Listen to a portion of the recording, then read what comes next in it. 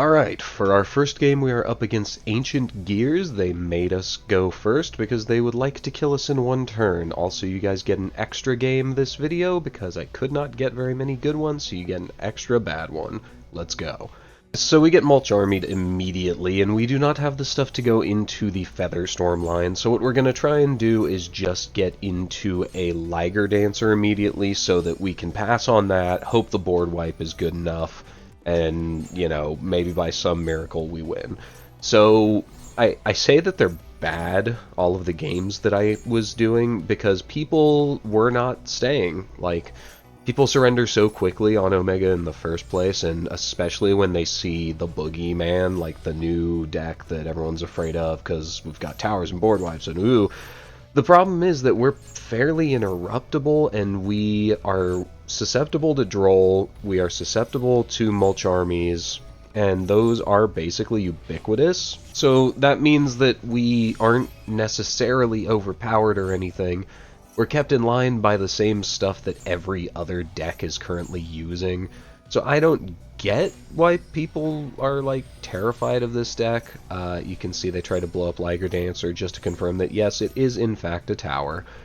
And then they go into Dugares here to double the attack of one of their monsters so that they can get over Liger Dancer. Traditionally, that's the only way to get over Liger Dancer.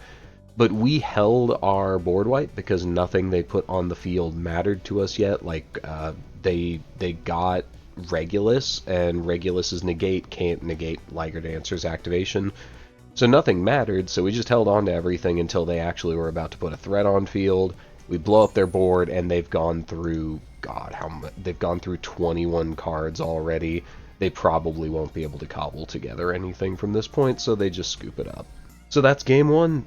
You know, Liger Dancer has a board wipe and is large, and it has vulnerabilities such as Dugares doubling something's attack in combat, but, you know, you hold your cards, play them at the right time, and sometimes that's good enough. Cool? Cool. Alright, game two, we are up against Fiendsmith Artmagia, and are you guys ready to see why Triple Tactics talent is limited? So they go into the Fiendsmith line. I have played with Artmagia a little bit, but I haven't really, like, built a deck for it or anything. So I'm not 100% sure what they're going to be trying to do, but we all know what Fiendsmith does. It goes into way of High King Caesar. I don't know if it was right to summon the Magnamut there. They go into the Artmagia stuff, which allows them to fusion summon into a big boss on our turn. Apparently Graflair is a dragon, so they can search that off Magnamut for follow-up for next turn, which is kind of silly. So they've got two negates of special summons. First one's going to be used here. Unfortunately for them, that turns on our Triple Tactics talents, and we're going to use it, and because it does not target, they have to use the Power Patron immediately, otherwise we could steal their fusion away, but because they use it, we can steal their Caesar away. So really there was no winning line for them there, and they're going to use their Patron of Creation to blow up the Wave High King Caesar we stole, and that leaves them with 0 disruptions on board, and we know what is in hand, and we still have one starter, so we can just go through our full combo, and they are incredibly dead. So they had 3 disruptions, and Triple Tactics talent negated 2 of them effectively, which just lets us go off unhindered. Cool, cool.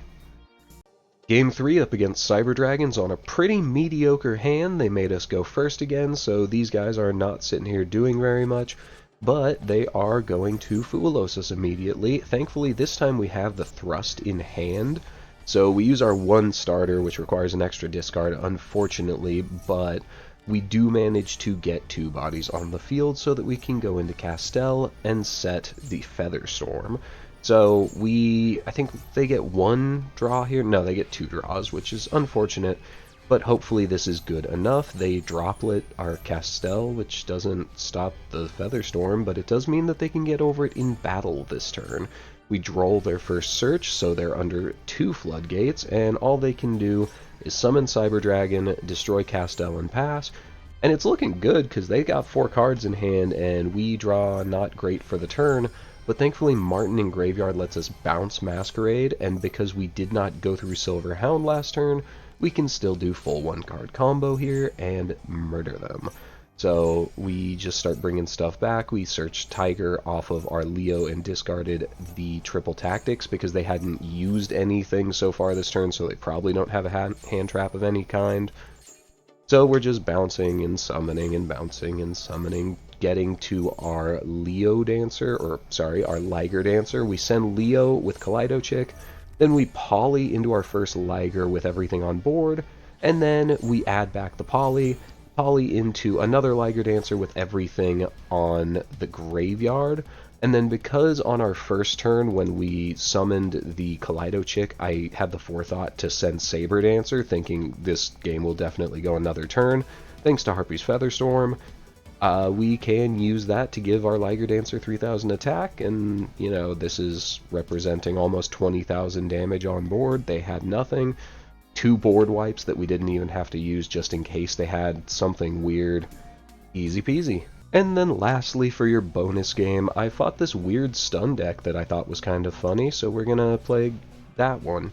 So they are doing like Black Garden Chitoptera control so that we can't attack, and they're gonna set a couple cards. I don't know if I ever learn what one of those is, but they have a Super Poly at least. So that is 2 disruptions. They get to Super Poly away our board once we get our first 2 on there. They also give us another Rose token when they do that. It's kind of weird. I don't know that it's necessarily good, but I like the idea of Rose token, make everything small so that you can't get over the Chitoptera, and you can't attack the Chitoptera anyways, and fill the board with useless Rose tokens. I don't know what they're trying to do after that, like if they manage to stop us and we pass back, I don't know what they're trying to do to actually kill us. But funny enough, we do have uses for the Rose tokens. Most links require effect monsters, which means you cannot link with the Rose tokens for the most part. But specifically Cross Sheep just requires 2 monsters with different names, so we can use one as material to keep our board from getting completely flooded. They realize that they haven't managed to stop us with the Super Poly, and that we don't need to attack the Chitoptera because we are going to just blow up their board, so they end up scooping. But it was a neat concept for a deck, and I wanted to include it. And so that will be it. People are terrified of fighting us, so I couldn't get terribly good games, but I hope you enjoyed seeing what the deck generally is trying to do anyways, before Harpy's Featherstorm gets banned. Cool? Cool.